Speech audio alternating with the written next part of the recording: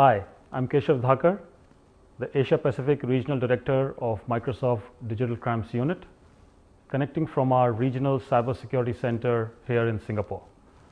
Welcome to our 4-part series on cybersecurity, starting with my introduction, and the remaining parts will cover the key pillars of cybersecurity in greater depth.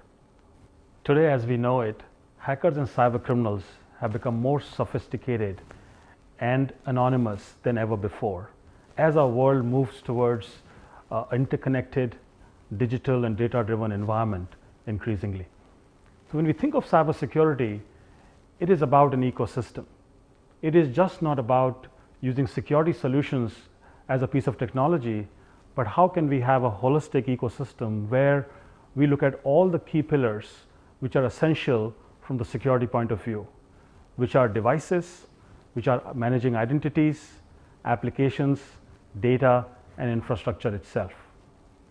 And from the people's point of view, cybersecurity is no longer the sole domain and responsibility of the security and IT teams, whereas everyone has a role to play in it, from the top management to the junior most teams in an organization. From the devastating harm, the losses and the disruptions that cyber criminals are creating today, cybersecurity has become a mainstream business issue, and for the governments, the issue of national security. In this video, I'm going to give you an introduction to the common types of cyber attacks, the attacks which are relevant for the governments, and the basics of protect, detect, and respond security posture. This will be relevant as cyber attacks become more targeted and advanced, and the traditional security solutions are no longer sufficient to manage a modern digital workplace and interconnected environments. It is important to know that not all cyber attacks are the same, and neither are the motives behind them. The motivations behind a cyber attack could be about stealing of money, theft of credentials and passwords, compromising sensitive and personal information, disruption of critical infrastructure and services, breach of national security, theft of intellectual property, or even destruction of data, etc. There are 4 common types of cyber attacks which threaten any organization, including governments around the world.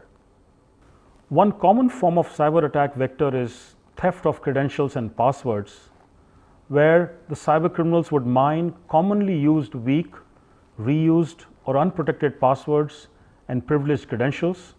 It could be through using social engineering online or through malware infections. This form of theft gives cyber criminals an easy access to systems and data without restrictions and expose organizations to serious breaches across their devices and networks. The second common form of cyber attack vector is malware infections, which remain the most widely used means to compromise computers and devices. Malware is a piece of malicious software code which is configured to infect, spread and attack the systems and users, acting either as viruses, trojans, worms, droppers and spyware, etc. They have many forms. Malware infections commonly happen through phishing or spam emails with infected attachments. It could be through malicious URLs and websites, infected pen drives, illegal online downloads, even using of pirated software, unpatched systems, unprotected IoT devices, etc. Third form of common cyber attack is email phishing. With business emails being the primary means of communication across organizations, a phishing attacker actively disguises fraudulent and bogus emails as coming from a trustworthy source or a name, specifically targeting a user or a group of users, which attempt to obtain sensitive information, seek money transaction, or send a malicious attachment to drop more malware. Phishing, by the way, is different from spam, as phishing is more targeted in nature. The fourth common form of cyber attack is distributed denial of service attacks, commonly known as DDoS attacks. A DDoS attack is perpetrated by flooding the targeted machine or a network with a massive volume of unwanted internet traffic with an intent to overload the system so it becomes unavailable or the service is temporarily or indefinitely disrupted. In DDoS attacks, the incoming traffic is controlled and originated from a diverse set of sources, which makes it harder to respond and recover as there is no single source of attack to mitigate. DDoS can also take the shape of advanced persistent threats known as APTs, where the attack is not only continuous but has a high degree of covertness over a long period of time. Governments around the globe, like enterprises, depend on ICT-enabled product and services. And they depend on it for running public services, for national and economic development, public safety, and effective law enforcement. And the confidentiality of the data, as well as the data and information about the businesses, the individuals, and the citizens they serve, is extremely critical. Let me give you a brief of the 4 types of cyber threats which are impacting governments today. The first category is what we call conventional cyber crimes. Here, government computers and systems are targeted to commit common internet offenses, including online scams and fraud, theft of intellectual property, abuse or damage to protected IT systems, and even disruption of critical infrastructure and services. The second is military and political espionage. This attack category includes instances in which nation states intrude into and attempt to exfiltrate large amounts of sensitive military and politically sensitive data from government agencies or military industrial bases, or even use third parties to do so on their behalf. The third category is economic espionage, and this category applies to governments or third parties that are acting on their behalf that steal intellectual property that was created in other nations, or even turn a blind eye when a domestic company steals information from foreign competitors. The last and the most disturbing part of the cyber threats to the governments are in the nature of cyber conflict or cyber warfare.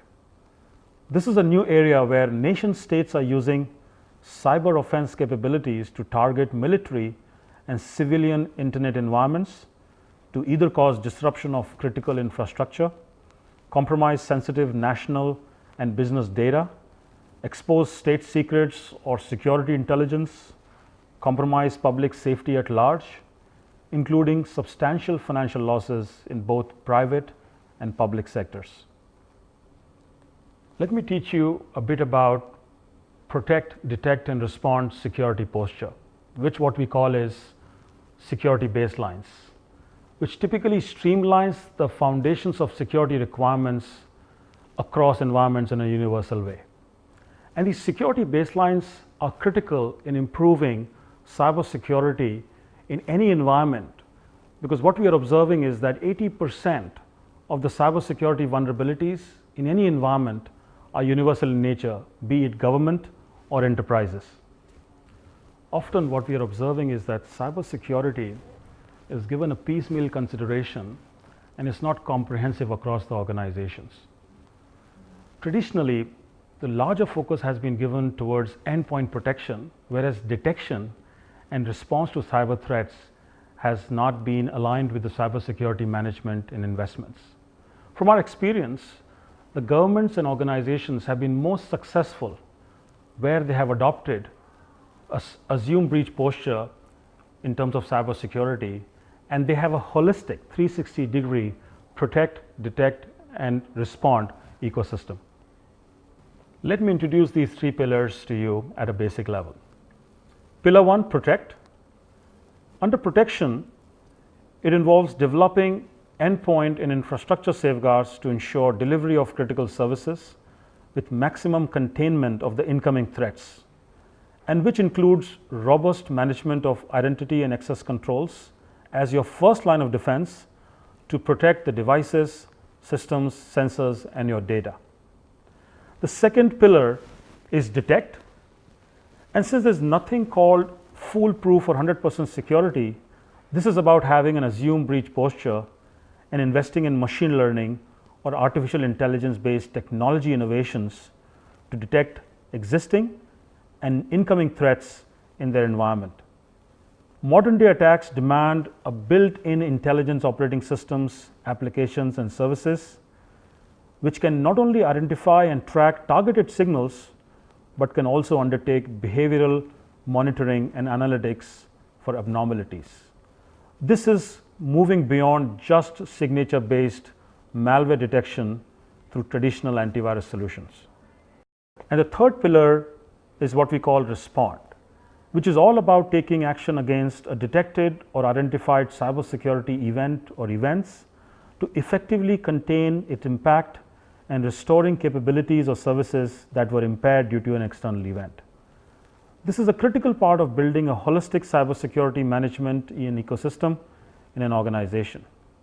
Without respond capabilities, there can be limited learnings and experiences to improve security from future attacks.